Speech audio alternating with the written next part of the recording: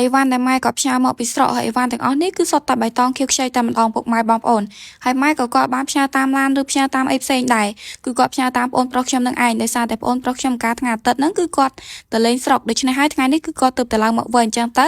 ម៉ែក៏គាត់រៀបចំអីវ៉ាន់ផ្ញើមកតាមបងប្រុសខ្ញុំនឹងឯងហើយអីវ៉ាន់ទាំងអស់ហ្នឹងគឺម៉ែគាត់ឲ្យចែកគ្នា2នាក់បងប្អូនណាពុកម៉ែបងប្អូនគឺចែកគ្នាម្នាក់ពាក់កណ្ដាលនឹងឯងប៉ុន្តែបងប្រុសខ្ញុំគឺគាត់យកតែអង្គពាក់កណ្ដាលទេហើយកាលពី2សប្ដាហ៍មុនក៏បងប្រុសខ្ញុំមកបន្ទប់ខ្ញុំដើម្បីយកអង្គកន្លះក្រុងដែរអញ្ចឹងទៅលើកនេះគឺចែកគ្នាម្នាក់ពាក់កណ្ដាលព្រោះអីទម្រាំតែខ្ញុំទៅបានទៅលេងស្រុកខ្លាញ់កខ្ញុំហ្នឹងគឺនៅដល់ខ្ញុំណាពុកម៉ែបងប្អូនដោយសារតែអង្គនៅបន្ទប់ខ្ញុំគឺនៅសល់រៀងតិចដែរអញ្ចឹងទៅម៉ែក៏គាត់ផ្ញើអង្គផ្ញើអីទៅហើយណាមួយក៏ផ្ញើរបស់ទាំងអស់នេះគឺដើម្បីកាត់បន្ថយពេលដាច់ថវិកាណាពុកម៉ែបងប្អូនព្រោះអីរបស់ទាំងនេះគឺសុទ្ធតែរបស់ជំនួយយកមកពីស្រុកនឹងឯងហើយមានតាំងពីកសាំងហ្នឹងគឺបេះនៅក្រោយផ្ទះនឹងឯងពុកម៉ែបងប្អូនគឺកសាំងនៅផ្ទះយាយណាគឺផ្លែច្រើនខ្លាំងមែនតើរាល់ឆ្នាំពេលស្លោអីគឺអត់ចាំបាច់ទៅទិញកសាំងទិញអីទេដោយសារតែនៅផ្ទះយាយគឺមានដើមកសាំង3ដើមដែរហើយផ្លែខ្លាំងមែនតើជួនកាលស្លោតអស់ចឹងទៅយាយក៏បេះលក់ក៏មានដែរហើយនេះគឺជាកសាំងដែលយាយក៏ផ្ញើមកណាគឺផ្ញើតាមបងប្រុសខ្ញុំនឹងឯងហើយម៉ែក៏ទិញក្រូចឆ្មាទិញអីឲ្យដែរហើយរបស់នៅស្រុកគឺរៀងធូរថ្លៃជាងនៅទីនេះពុកម៉ែបងប្អូនចឹងទៅ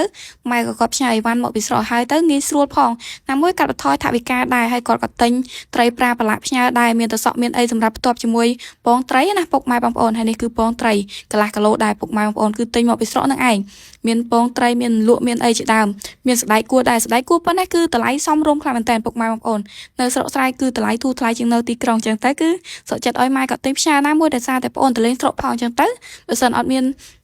អីយកមកតាមខ្លួនក៏ពិបាកដែរណាពុកម៉ែបងប្អូនដោយសារតែនៅស្រុកគឺតម្លៃធូរថ្លៃជាងនៅទីនេះកុំឲ្យថាទៅស្រុកហើយមកវិញអត់បានអីចឹងទៅហើយបន្ទាប់មកនេះគឺជាអីវ៉ាន់ដែលម៉ែគាត់ផ្ញើមកគឺរៀងច្រើនដែរពុកម៉ែបងប្អូន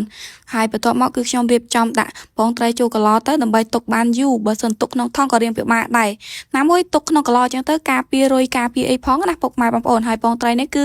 រៀងច្រើនដែរពុកម៉ែបងប្អូនហូបបានយូរដែររបស់ទាំងអស់នេះគឺហូបបានយូរច្រើនខ្លាំងមែនតើដោយសារតែរបស់ក្រៀមក្រោះចឹងទៅគឺអាចទុកបានយូរហើយបន្ទាប់មកគឺខ្ញុំចាប់ផ្ដើមយកត្រីប្រាដាក់ក្នុងកន្លសិនដោយសារតែកញ្ច្រែងគឺជាប់ដាក់ទៅសក់ដាក់ស្បែកគួរចឹងទៅគឺអត់ទាន់បានដាក់ហាលទេចាំមើលស្អែកចាំដាក់ហាលណាពុកម៉ែបងប្អូនណាមួយដាក់ចូលក្នុងកន្លចឹងទៅកុំឲ្យរុយផងហើយកុំឲ្យធំក្លិនផងហើយនេះគឺជាអីវ៉ាន់ដែលម៉ែគាត់ផ្ញើមកគឺខ្ញុំចាប់ផ្ដើមរៀបចូលដាក់កញ្ច្រែងហើយគឺមានក្រូចឆ្មានេះគឺច្រើនខ្លាំងមែនតើហើយនៅស្រុកគឺតម្លៃសមរម្យជាងនៅទីនេះពុកម៉ែបងប្អូនមានតាំងពីទឹកសក់មានតាំងពីក្រូចឆ្មាអីគឺ1គីឡូអីតម្លៃសមរម្យទេខុសពីនៅទីនេះហើយបន្ទាប់មកគឺមានស្ពៃបន្តែស្ពៃនេះគឺចង់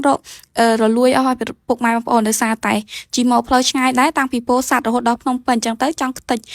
ស្ពៃអស់ដោយសារតែដឹកអីវ៉ាន់រៀងច្រើនដែរបងខ្ញុំក៏ដឹកមុំម្នាក់ឯងអញ្ចឹងទៅមានតាំងពីអង្គមានតាំងពីពងត្រីមានតាំងពីផ្អកមានតាំងពីក្រូចពោធិ៍សាត់ដែរពុកម៉ែបងប្អូនក្រូចពោធិ៍សាត់គឺអ្នកនៅខេត្តពោធិ៍សាត់កុំឲ្យថាបានហូបក្រូចពោធិ៍សាត់ណាប៉ុន្តែខ្ញុំមិនមែនអ្នកចំការមិនមែនអ្នកដាំក្រូចពោធិ៍សាត់ទេអ្នកធ្វើស្រែធម្មតាទេហើយក្រូចពោធិ៍សាត់នេះក៏ម៉ែក៏ទិញគេដែរអញ្ចឹងទៅម៉ែក៏សួរថាត្រូវការហូបក្រូចពោធិ៍សាត់អត់ខ្ញុំថាទិញទៅណាអញ្ចឹងទៅក៏គាត់ទិញឲ្យទៅពុកម៉ែបងប្អូនហើយវីដេអូខ្ញុំថ្ងៃនេះក៏អត់មានអីច្រើនដែរអរគុណច្រើនជម្រាបលាជួបគ្នានៅវីដេអូក្រោយៗទៀត